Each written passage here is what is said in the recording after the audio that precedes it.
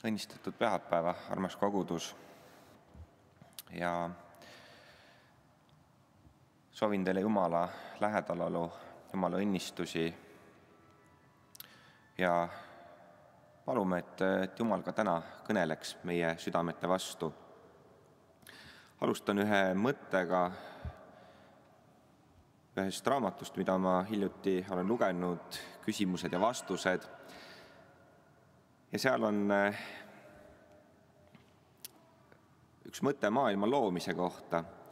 Kuna suure paugu teooria sisaldab imesid ilma imede tegijata, siis küllap me kristlased võime uskuda imedesse, mille juurde kuulub ka imede tegija. Lõppude lõpuks on loomisnädal ime. Meil on imeline Jumal. Mõni ütleb, et Piibel pole teadusõpik, kuid mulle tundub, et Jumal oma humoorikuses on otsustanud, et ta kirjutab ka maailma kõige targematele inimestele kohe alguses lahti kõige elementaarsemad asjad. Alguses lõi Jumal taeva ja maa. Jumal on looja.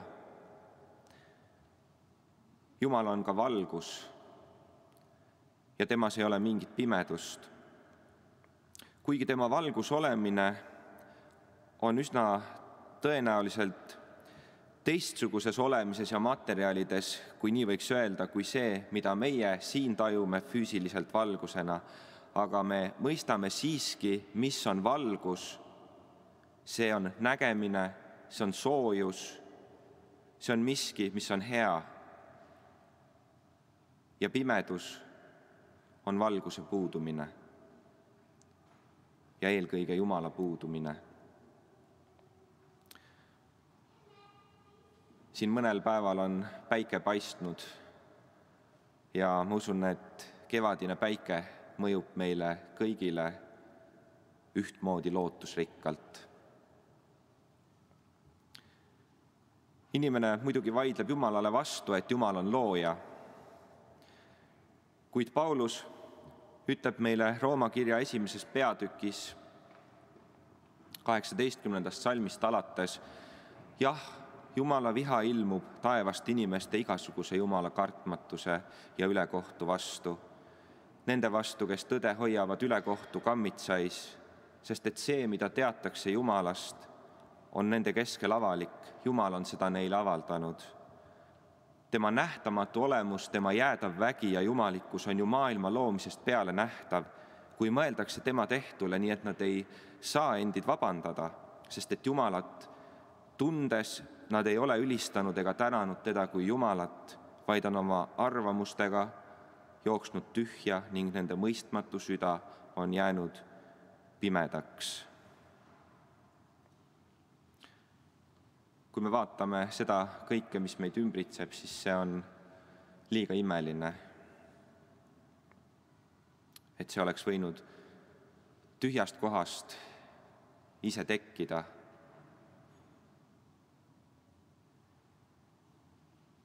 Selle taga peab olema Jumal. Ja muidugi meie usklike kristlastena selles ei kahtle, aga me oleme ümbritsetud igasugustest mõtteviisidest ja arusaamadest ka selles maailmas. Kuid Piibel ütleb, et meie näeme Jumalat. Õndsad on puhtad südamelt, sest nemad näevad Jumalat. Kuid Piibel ütleb ka teises kohas, et keegi ei ole Jumalat kunagi näinud. Moosesele ütleb Jumal piltlikult, et ta ei või oma lihalikus ihus Jumala palet näha, sest see nägemine oleks lihtsalt liiga püha ja pärast seda ei ole võimalik elama jääda. Ja ometi ütleb Paulus kirjas heebrealastele 2. peatükis, ometi näeme teda, Jeesust, kes oli tehtud pisut alamaks inglitest, nii et ta Jumala armu läbi kõigi eest maitseks surma, nüüd pärjatuna kirkuse ja auga surma kannatamise pärast. nõnda ka meie, kuigi Paulus ise ei olnud ju kunagi Jeesust oma ihulike silmadega näinud, siis ka meie, kui me ei näe oma ihulike silmadega Jeesust igal pool, siiski me kogeme teda, me tunneme teda oma südamega, me kogeme teda sageli oma ihuga, kui ta annab meile rõõmu, rahu, kui ta tervendab meid ja me kogeme teda oma mõistusega. Üks keerulisimaid küsimusi ja samas ka huvitavamaid on minu jaoks olnud see, et kuidas saab Jumal alati olnud olla? Ehk siis laps küsiks, kes lõi Jumala? Ja see küsimus, kui me sellele liiga pingsalt hakkame mõtlema, siis võib meid päris hulluks ajada. Sest meie oleme loodud ja on olnud aeg, kui me oleme mitte olnud ja me tahame need samad kategooriad kohe üle kanda ka Jumalale ja küsime, aga Jumal, millal siis sina ei olnud? Aga see on üks asi, millega meil tuleb leppida, et Jumal on alati olnud. Ja see on üks lohutav teadmine. See tekitab kindlustunde, et Jumal on alati olnud. Ja ta on see, kes ta on muutumatu ja see tekitab turvalisustunde, et teda võib usaldada. Jumal on usaldusväärne.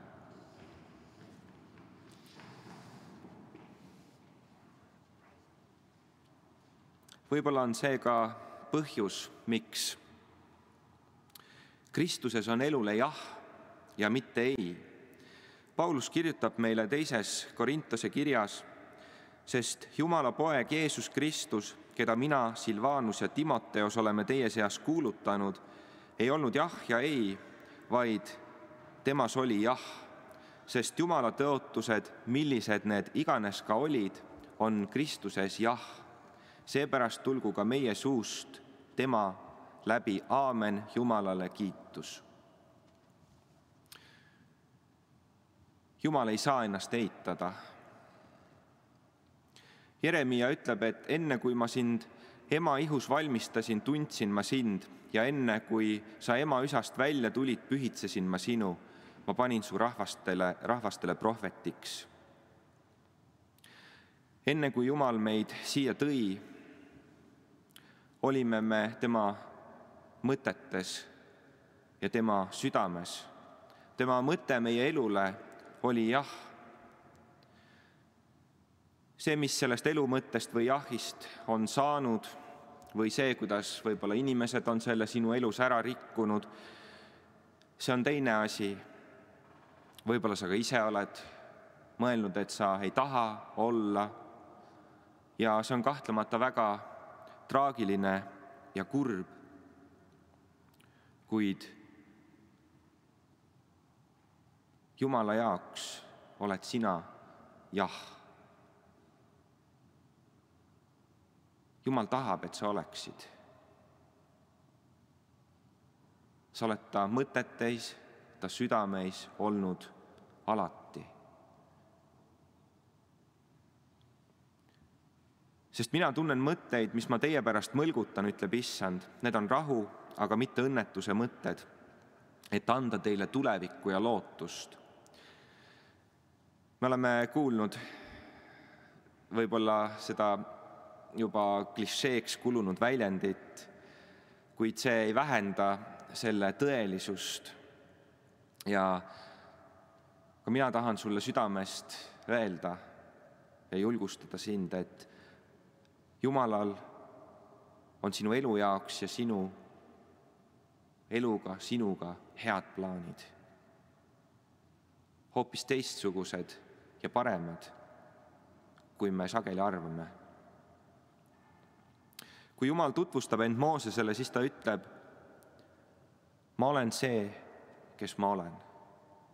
Mina ei muutu. Jeesus ütleb, mina olen seesama eile, täna ja igavesti.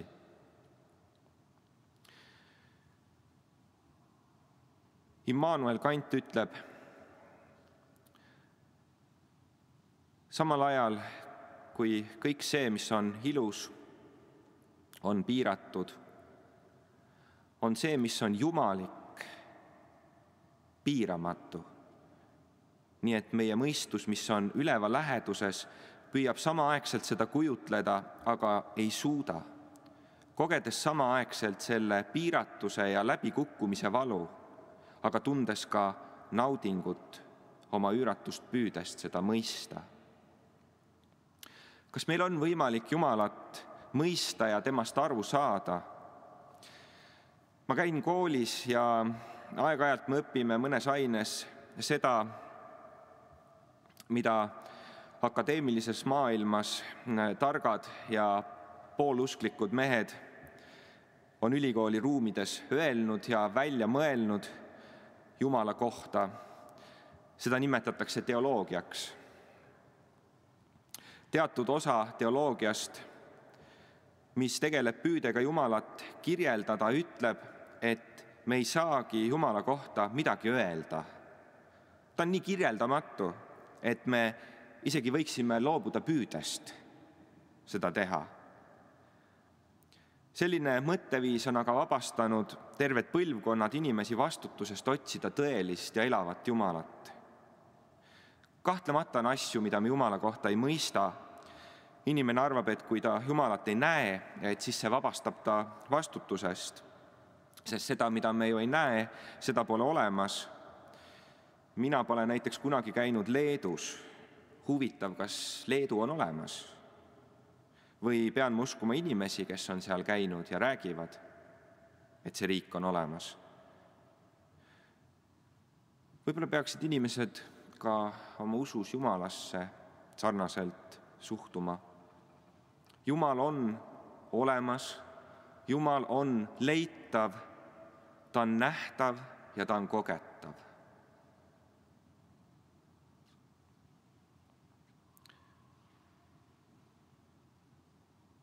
Meil tuleb Jumal sageli vastu võtta oma piiratuses usuhüppega.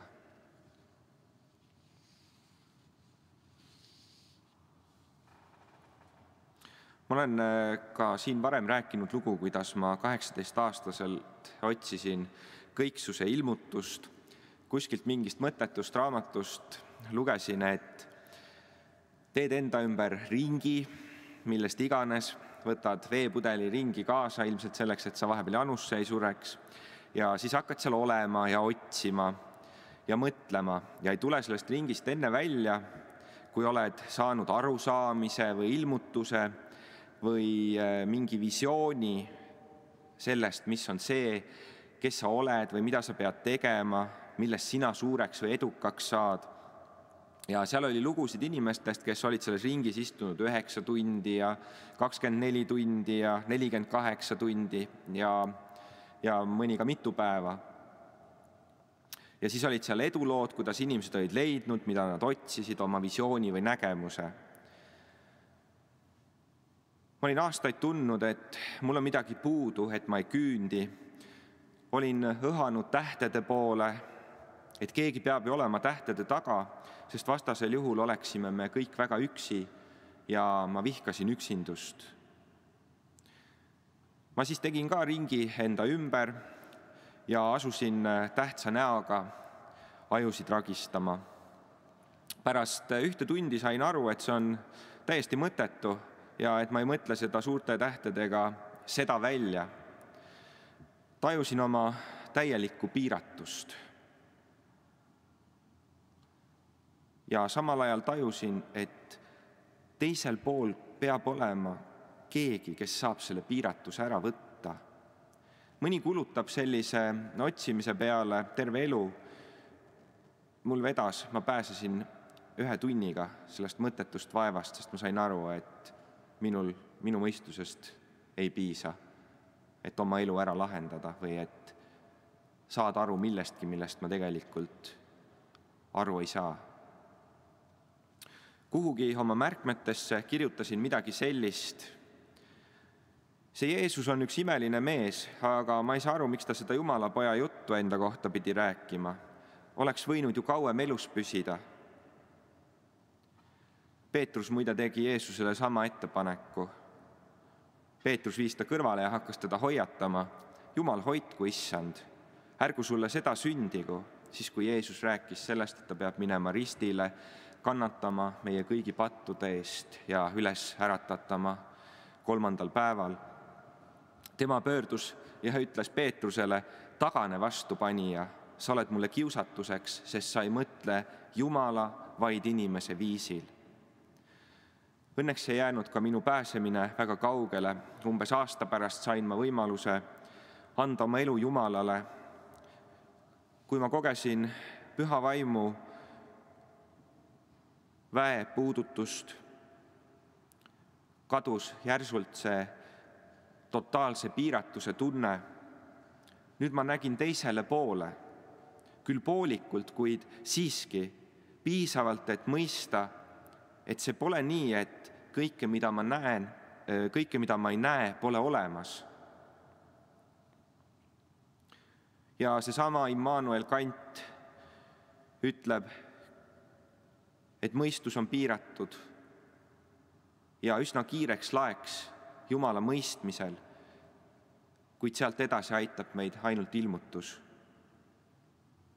Seda tunnistab meile ka püha vaim pärast seda, kui ta oli öelnud, see on leping, mille ma teen nendega pärast neid päevi, ütleb issand, ma annan oma seadused nende südamesse ja kirjutan need nende mõistusesse ja ma ei mäleta enam nende patte ega ülekohtu tegusid. Mulle tundub, et Jumal tahab meid terviklikult päästa. Usu eesmärk on hingede pääste, kuid kas ka meie ihu päästetakse? Kui meid äratatakse üles, siis meie ihu muudetakse. Seda mitte ei hävitata, vaid see muudetakse. Ja mõnel võib-olla tekib see küsimus, et kuidas Jumal korjab näiteks need inimesed kokku, kes on juba väga pikalt olnud maha maetud ja ussidest võib-olla ära söödud ja ussidki ammu surnud ja nii edasi, nagu see elu ja looduse ringkäik on. Kuid ma usun, et me ei pea selle pärast muretsema, sest Jumal on suuteline kokku korjama kõik, mis on kaduma läinud. Kuidas? Seda ma täpselt veel ei tea, aga võib-olla järgmiseks korraks saan teada. Minu igatsus on, et meil võiks olla ka usklikena omavahel mõistuslik ja ilmutuslik üksmeel. Ilmselt paljud on seda igatsenud ning seejärel läinud ja oma koguduse teinud, kuid see ei ole viis, kuidas ma seda üksmeelt igatseksin saavutada meie kõigi vahel. Paulus ütleb, tuleta neile meelde, vannutades Jumala ees, et nad ei peaks sõda, sellest pole mingit kasu, see vaid hukutab kuulajad. Püüa hoolega osutuda Jumala ees kõlblikuks töötegijana, kel pole tarvis häbeneda, kes tõe sõna kuulutab õigesti, labastest tühijuttudest hoidu aga eemale. Nende rääkijad ju lähevad aina kaugemale Jumala kartmatuses ja nende sõna levib otse kui vähktõbi. Nende seast on Hymenaios ja Filetos, kes on kaldunud kõrvale tõest, öeldes, et ülestõusmine on juba toimunud ning rikuvad ära mõnede usu.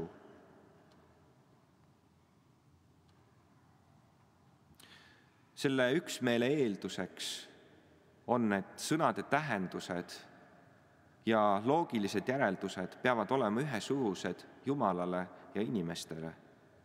Muidu ei saaks Piibel vahendada meile tema paljastatud tõde. Armas vend ja õde, ma soovin meile üksmeelt Kristuses. Ja ma ei mõtle sellega seda, et meile peavad kõik asjad ühtmoodi meeldima Ja Paulus ka ütleb, et erimeelsus on see, mis sageli toob esile selle, mis on õige ja tõeline, aga et meil oleks armastust isekeskis inimeste vastu ja mis suudab meid üle panna vaatama sellest, mis on tühine. Olgu Jumal ka meile kõigile täna ilmutamas Jeesust, auhiilguse lootust ja julgustamas, tõstmas sind ülesse, kinnitamas sulle, et tal on sinuga hea plaan, et su elul on mõte, et sa oled talle väga väärtuslik. Tõuseme palveks.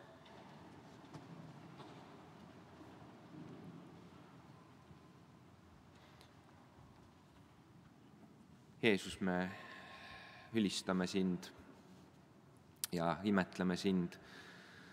Sina oled, Jumal, kõik kõiges, sina oled kõige alalhoidja. Sina hoiad kõike koos. Sina oled, Issand, Jumala tundmise tarkuse saladus, Kristus meie sees, auhiilguse lootus. Sina oled valgus, Issand, ja valgusta meid, Issand. Tee meie silm, Issand, terveks, et valgus paistaks sinna sisse ja et valgus meie sees ei oleks pimedus, vaid et sinu tundmine, sinu püha vaimu läbi võiks ka täna tekkida meie sisse, tulla meie sisse, meid uuendada, Issand, teha meid tõeliselt elavateks usklikeks, kes on täis rõõmu, kes on täis usujulgust, kes on täis püha vaimu väge.